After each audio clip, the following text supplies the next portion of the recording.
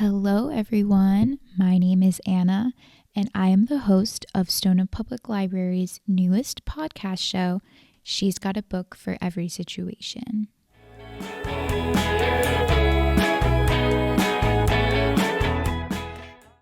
Hello. Hi. How are we doing? This is so fun to talk into a microphone. This has given me way too much power right now. Okay. Hi, friends. My name is Anna. Welcome to Stoneham Library's newest podcast show, She's Got a Book for Every Situation. I'm so excited to be bringing you this new show here with the Book Servers podcast. I've been wanting to do this for actually so long. So this is very surreal. I love podcasts. I love talking about books. So I'm like, wait, what if I did both? So that's what I'm doing. So as you can probably tell, this is a bit of a chit chat little podcast where we're going to be talking about all things books. I want this to be a space where I'm able to dish out some of my favorite books that I've been reading and also provide you all with any book recommendation that you're looking for. This podcast is so important to me because books are both my job and my hobby, and I love them, and I love talking about them, and I just think reading is so powerful, and I really want to encourage everyone to read because I firmly believe, total cliches aside, if you don't like reading, you just haven't found the right book yet. So maybe I can help people with that. Also, the library is a gold mine. Like, the library is so important. And I feel like everyone needs to know that any popular book that you see on your social media, the library has. And it's such a great resource instead of buying all your books. Now, today's episode is a bit of a soft launch episode. I just wanted you all to get a feel for who I am as a reader, what I like to read. Maybe we'll match vibes. And since we're halfway through the year, I'm like, okay, seems appropriate to share with you all my 5-star reads of 2025 so far. So these books are books that have invoked some sort of emotion within me and ones that I feel compelled to tell you about immediately. So yes, and as you'll probably start to see, well, you will see that most of the books I read are fantasy and romance. Yes, I am a fantasy and romance person. So yeah, if that's not your thing, that's totally cool. Please stay and hear about them because maybe they will be your thing.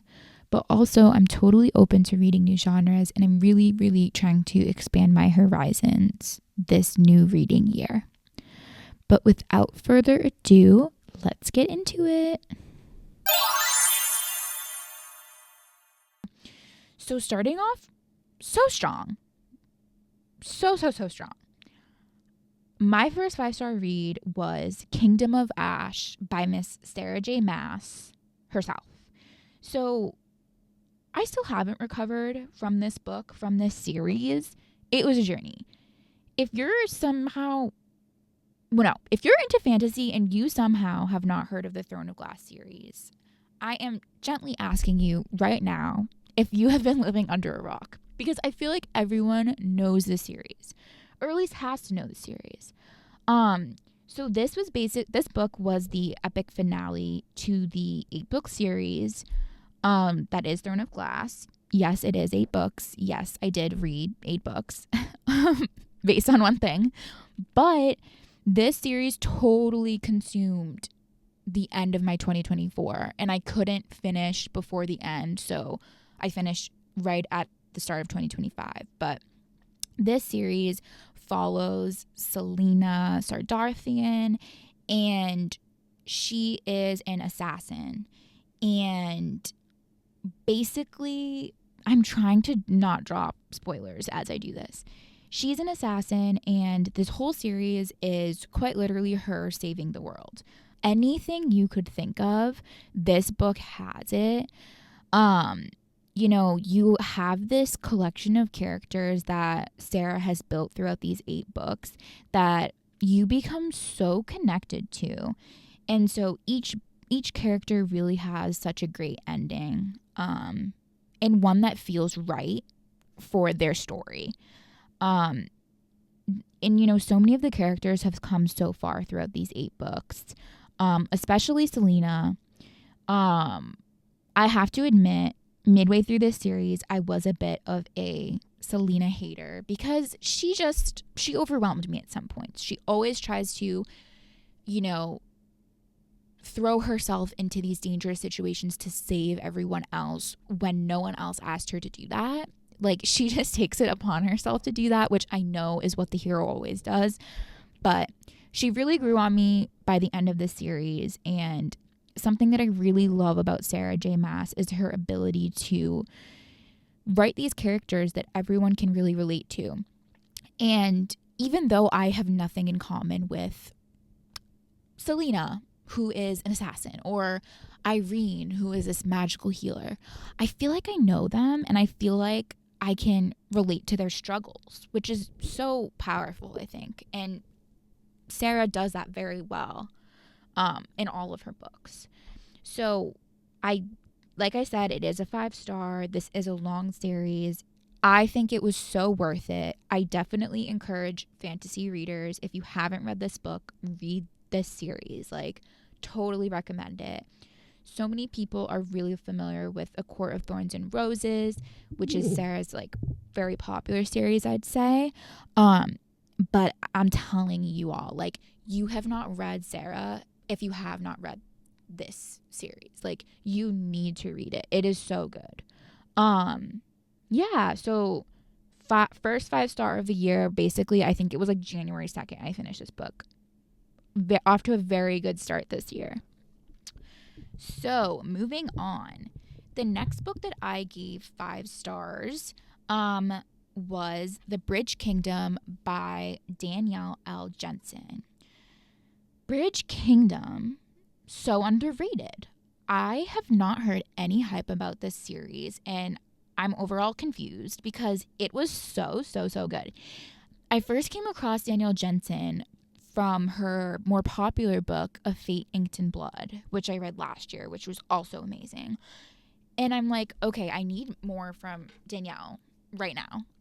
So I read this book. I picked up this book, and it was so good. I actually just finished last night the second book in the series. It was like a 4-star read, but in general, like the whole series so far has been very good. So let me talk about it.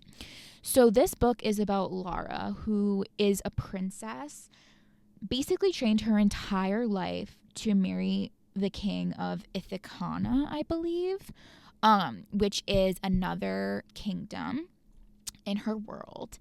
And she's trained her entire life to marry him and kill him. So it's another assassin kind of vibe.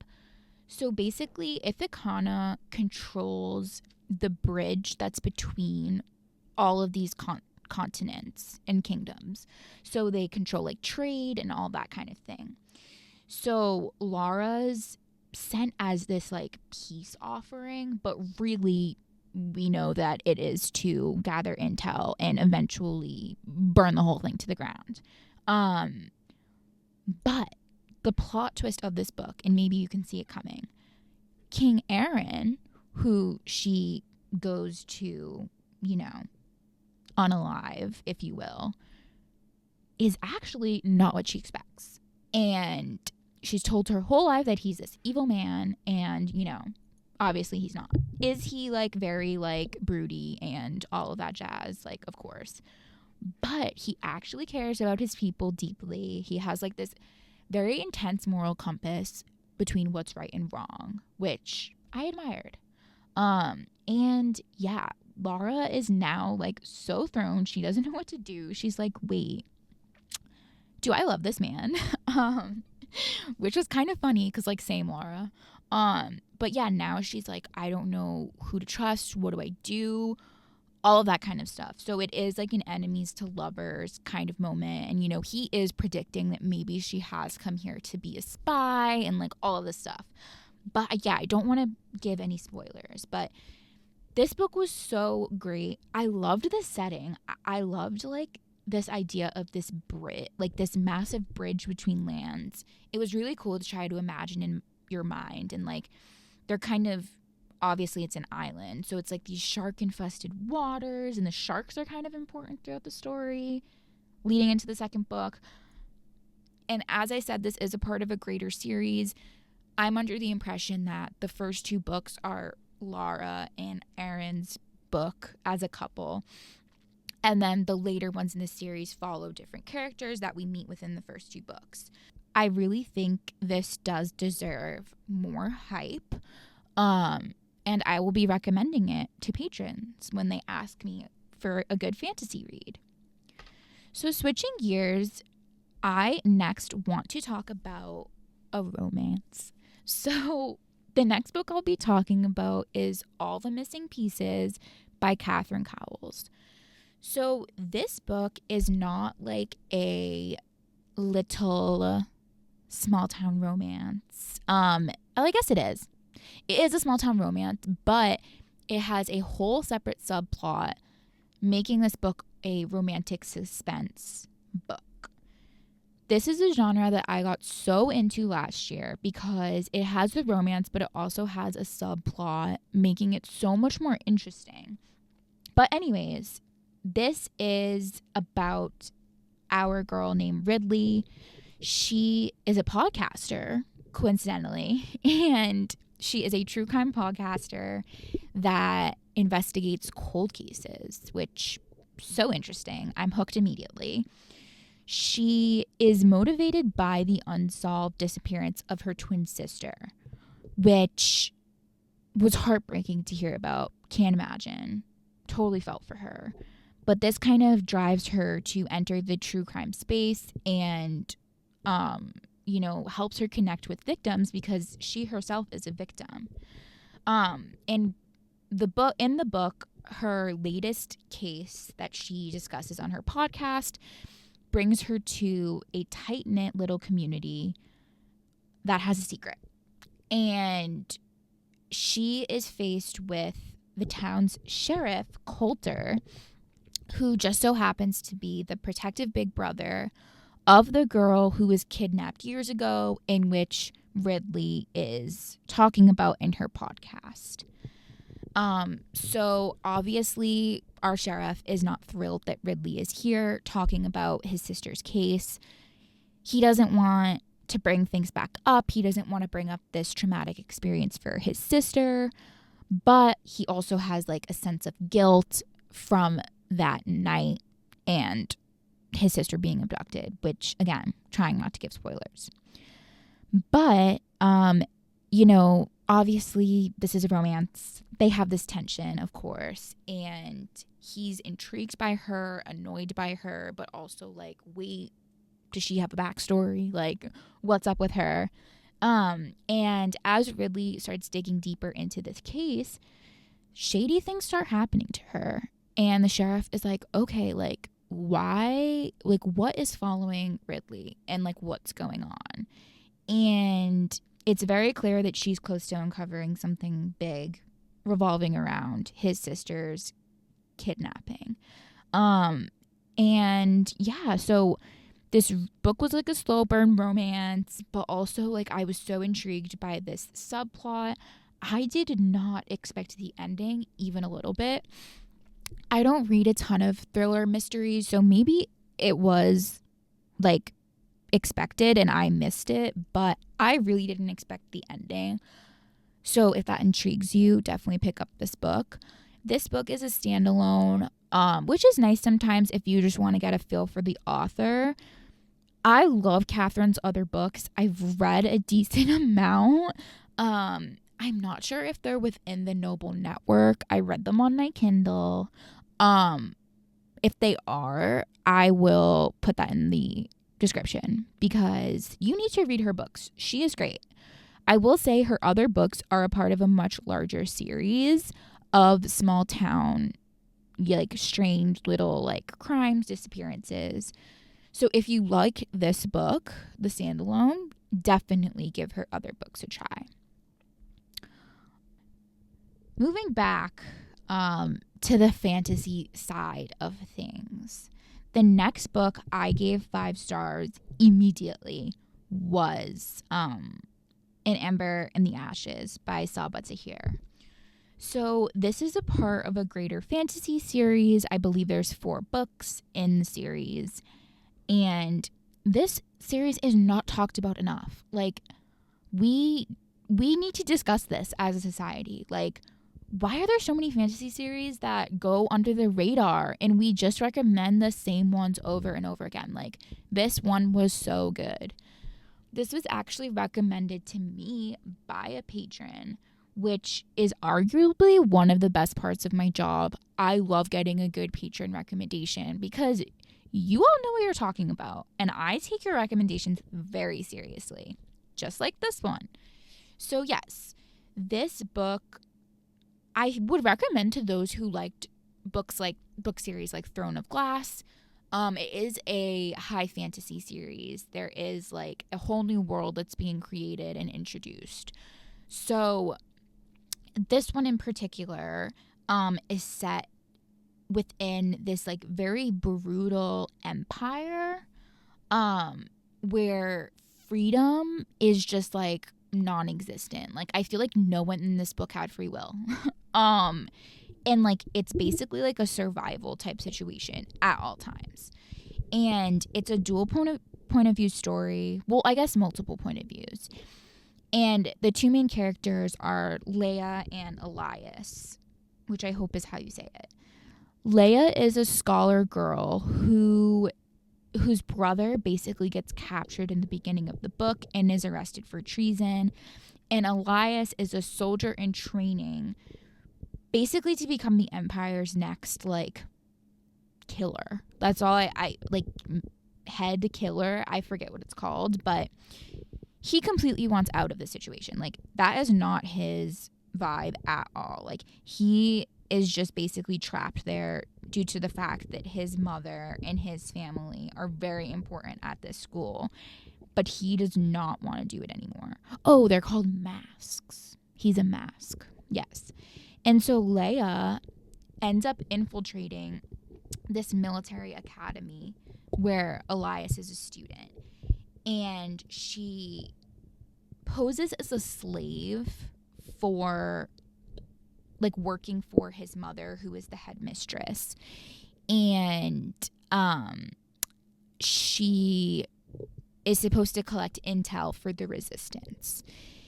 And their lives basically just end up colliding because he's intrigued by Leia and kind of thinks like, oh, it doesn't seem like she belongs here. It seems like she has more to her story.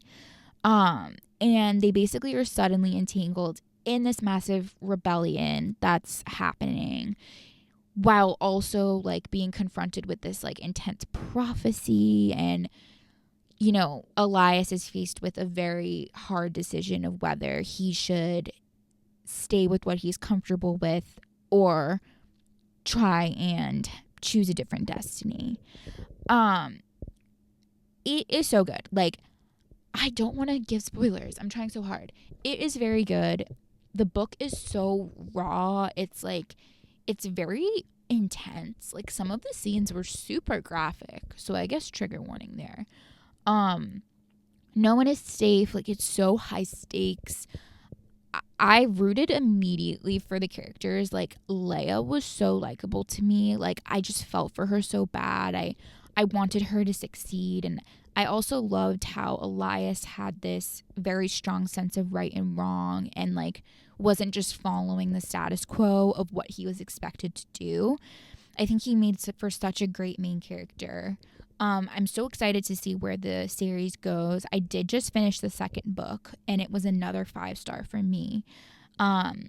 So yeah, these characters were real. I think Sabaa, she just writes a really great story, and like there's not necessarily magic in this book, but there kind of is. It's so interesting.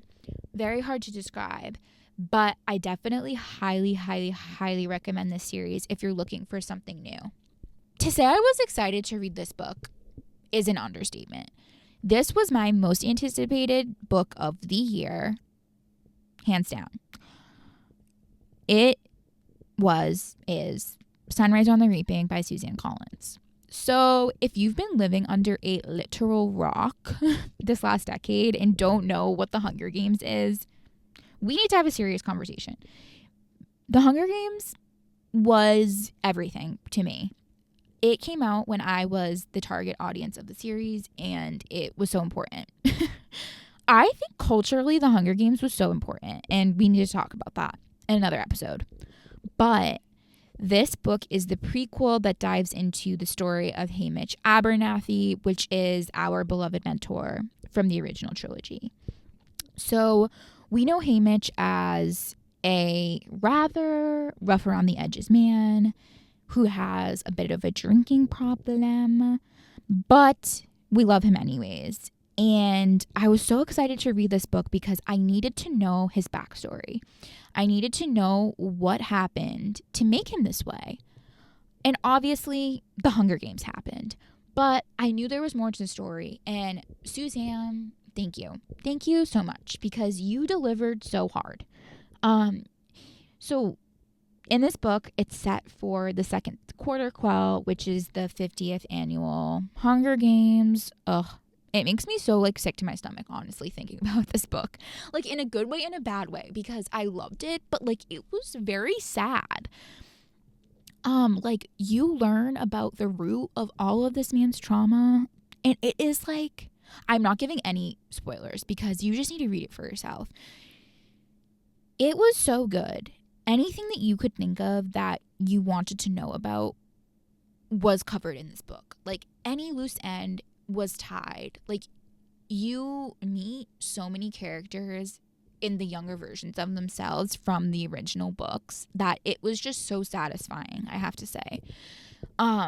You learn about how these seeds were planted of the revolution so many years, 25 years in advance. And it was insane to read. It left me speechless, honestly. I could talk about this book forever. Hamish has always been very fascinating to me. I always knew that his past had to be just gut-wrenching, and it was. I think if you're hesitant to read this book because you're worried about being disappointed, please don't be. This book was everything. I think watching these characters that you love from the original trilogy evolve, but also seeing their beginning, it was just such a full circle moment for me. Miss Collins, she just has impeccable timing with her releases. It is so I guess I don't know how to say it, what her strategic releases of these books are just so timely for the state of the world that it just hits even harder. And she just has so many powerful quotes in this book. Instant 5-star read. Probably will end up being my favorite book of the year. Bold statement for it being June, but I think it's going to be up there for me. Wow. I need to take a sip of my dunks. That was intense. Why am I emotional? Can you guys hear my dunks stir? LOL.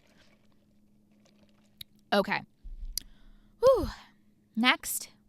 Yes, we still have more. I'm almost done. Am I almost done? 1, 2, 3, 4. 4 books left, y'all. Let's go. So, if you're still here, hi. If you're still here, hey, how are you? I can't believe I had this many 5-star reads of the year. We're having a good reading year. Let's hope the rest of the year also goes well. Okay. The next book we need to talk about, which is arguably the elephant in the room, it is Great Big Beautiful Life by Emily Henry. Queen Emily Henry, if you will. So many people were divided on this book, which is such a hot take for me because I really, really liked this book, and I kindly have to disagree with all of the naysayers. I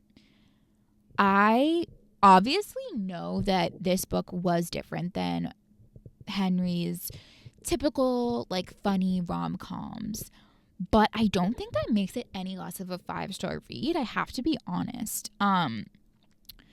This book, basically, to give a brief summary, follows two writers, Alice and Hayden. And so Alice is like this kind of newbie writer. Well, I don't know if she's a newbie writer, but she hasn't really broken into more serious projects. She kind of writes for like a BuzzFeed-esque magazine. And Hayden is like a Pulitzer Prize winner for one of his like other biographies that he wrote. So two very different writers and personalities that are both invited to an island. I forget the name of it, but they are invited to pitch a biography to notoriously one of the most reclusive heiresses in Hollywood, Margaret Ives. And Margaret Ives, think of like Evelyn Hugo, like very like prolific for her time, and then like kind of falls off the face of the earth. Like, yes, that's her. So they basically have a 1 month long trial period to see like who gets the gig to write her biography.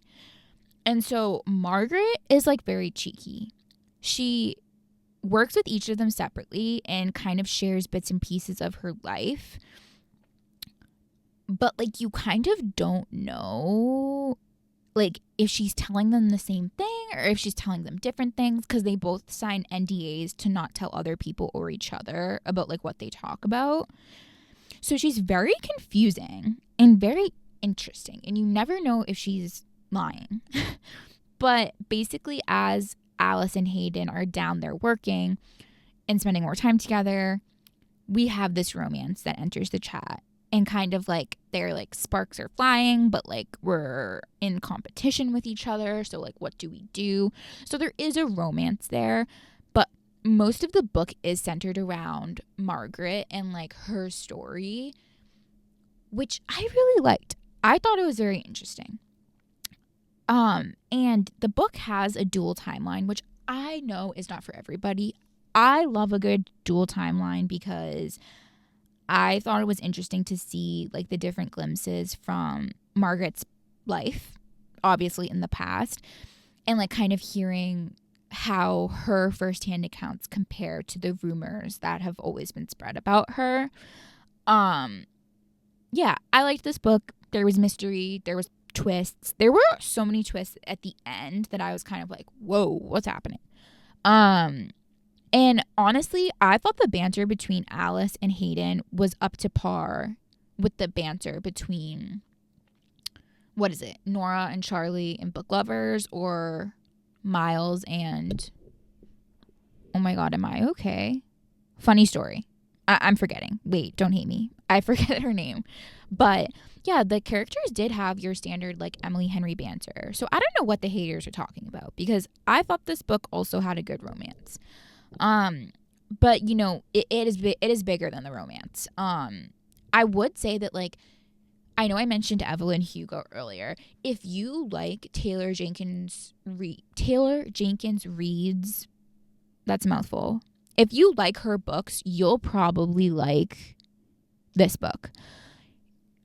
It's greater than the romance. There's like another whole other story going on.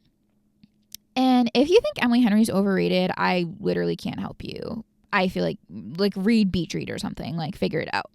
I love Emily Henry. I think she's really transformed reading. I think I could go on a tangent about this woman, but I think alongside Colleen Hoover, they have both reintroduced so many people to reading, and I think it's a really beautiful thing. So yeah, not to get like deep about it, but I do recommend Great Big Beautiful Life. It's not my favorite Emily Henry book, but it's still a 5-star for me. Yes. Okay, cool. Wow, a weight has been lifted off my shoulders after talking about that book. I was nervous. So the next book that I gave 5 stars was Blood Over Brighthaven by M.L. Wang. So not to switch back to fantasy, but I'm going to switch back to fantasy because why not? This book was so good. This was actually my fantasy, or the May book club book for my fantasy book club here at the library called Enchanted Pages Society. Shameless self promo. If you want to join, you totally should. I picked this book for the book club because we were craving a standalone fantasy. Standalone fantasy is so hard to come by because they're always in like these really long series, and we were like, we need a standalone. And so this had just come out and it got some good reviews, so I picked it. This story follows oh shoot, I meant to look up how to say her name. We looked it up in the book club. Siona. I think it's Siona. I'm pretty sure. So this book follows Siona, who has just become high mage after being in school for like a super long time. And she's actually the first female high mage within the Tyron, I think I'm saying it right, society. And so naturally, she faces a ton of discrimination, like workplace harassment borderline, for being the first female to hold such a like powerful position.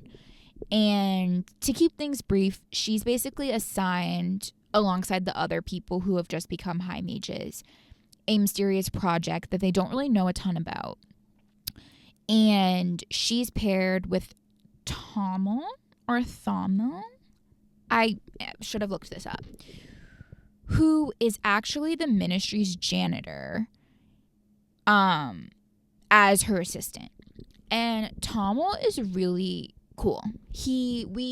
We're introduced to him in like the prologue of the book because he is actually a part of a former like nomadic society that is treated as a second-class citizen to the Tyron people, which is what Siona is, called the Quen people. And so they are essentially discriminated against in this society because they come from a different area, and I'm pretty sure racially they are of different race to the Tyron people, and also just like a different culture entirely. And so together they basically start to uncover a very dark secret about the source of magic that the Tyron elite use to essentially run the city. So this magic system was crazy. I have never read anything like it before, and neither had my book club. Essentially, the magic is sourced through like a typewriter, and you like, it's so hard to explain. They like use coordinates and like different codes to like funnel the magic from somewhere, which is a part of the mystery, to use for their personal use and for like to power the city, like to use to run the government and all of this stuff. I have never read anything like that, and it was really cool and interesting. And this book in itself talked about a lot of greater topics, which fantasy does a lot of the time. And Siona has like this very complicated relationship with her morals and religious beliefs and how they interact with her actions towards both people and also towards her work. So the story itself offers a lot of like subtle political commentary, I feel like, on today's world and kind of just what elite is doing with their power and where they're getting it from. We discussed that a lot in book club, and it really made for a very thought-provoking conversation that everyone really enjoyed. It kind of made us wonder, like, if we were in Siona's shoes, like, would we be as hesitant to address injustices within our society if it meant kind of turning everything upside down? Question mark. I'm trying not to give things away. But yeah, this book was so good. It was really interesting. The ending was like explosive. Like, it was crazy. And of course, like, we all wanted a standalone, and then we're talking and we're like, wait, we wish this wasn't a standalone because we need more. So highly recommend this book if like you're craving that like one-off fantasy book. And also like fantasy books that have greater discussions on like political themes and also religious themes as well. So the last two books are on a very unserious note. Like, there are some like silly little romances that I love to read. So yes, both of these books got 5 stars from me. So the first book is King of Envy by Huang. This is a steamy romance from the queen herself of steamy romances. Huang, I don't know what she puts in her books, but like, I devour them. Like, I finish them in less than 24 hours every single time, ever since her first series. I love them so much. King of Envy is no different. This is the very latest book in her King of Sin series, which is an interconnected mafia kind of romance series. This one is probably my favorite book in the series so far. And each book is like it's like a deadly sin. So like envy, greed, sloth, wrath. You get the point. But yeah, I think this is the 6th book in the series. Yes. And this follows Ayana, who is a supermodel, and she was so glamorous. I loved her. She's also pretty because she puts art in her books, which I eat that up. Put more art in books. I love fan art. Let's make it happen. And so basically Ayana is engaged to a man, and it is for convenience, we learn. And she essentially is with this man because he needs a wife to get his inheritance, and she needs to escape her abusive modeling agency. Enter Vuk. Vuk? Oh my God, I should have looked this up. What's wrong with me? He is this man, LOL. He's scarred. He is rich. He is emotionally unavailable to the max. And he just so happens to be the best man in this wedding that's happening because he's the childhood friend of her fiance. And as he has to help with wedding prep, you can guess it, he's secretly in love with Diana. Who would have seen it coming? Cue this crazy slow burn forbidden romance that goes on next. Like, it is crazy. Vuk is it Vuk? I feel so dumb. I don't know if I'm saying it right. He is like so obsessive over Ayana, like not like in a like a stalkerish way. I don't know. I feel like these books make me feel so toxic. I'm like, should I like this? I don't know. And like, so yes, he's obsessive over her, or not obsessive, possessive over her, and very protective. And Ayana really starts to kind of gravitate towards him because she feels this like intense connection to him that she doesn't feel with her fiance because it's all fake. And this book was crazy. There were so many like intense scenes while also having that backdrop of like the mafia drama happening. It was very intense, very high stakes. Plus also this like slow burn forbidden romance was wild because they basically have to navigate their romance while she needs to go through with this marriage to get away from her abusive modeling agency, and like he can't be with her. That's his best friend's fiance. Like, are you joking? So anyways, sorry. This is not groundbreaking literature, you guys. I get it, but it's fun. It fits perfectly with the rest of the series. They're all kind of interconnected. I think Anna Huang always gets talked about in like the book community, or I guess book talk community, because I feel like people either love or hate her books. I'm of the opinion of loving her books because they are what they are. Like, they hit the nail on the head every single time. And like, she just knows how to write one grumpy, mysterious man. And I think she deserves her flowers for that. So yeah, if you're into like billionaire, because they are all billionaires randomly, slow burn, like messy, crazy chemistry, read King of Envy and read the rest of Anna's books because she's so good. Okay, y'all, we've made it to my last 5-star read of this year so far. It is Rewind It Back by Liz Tomforde.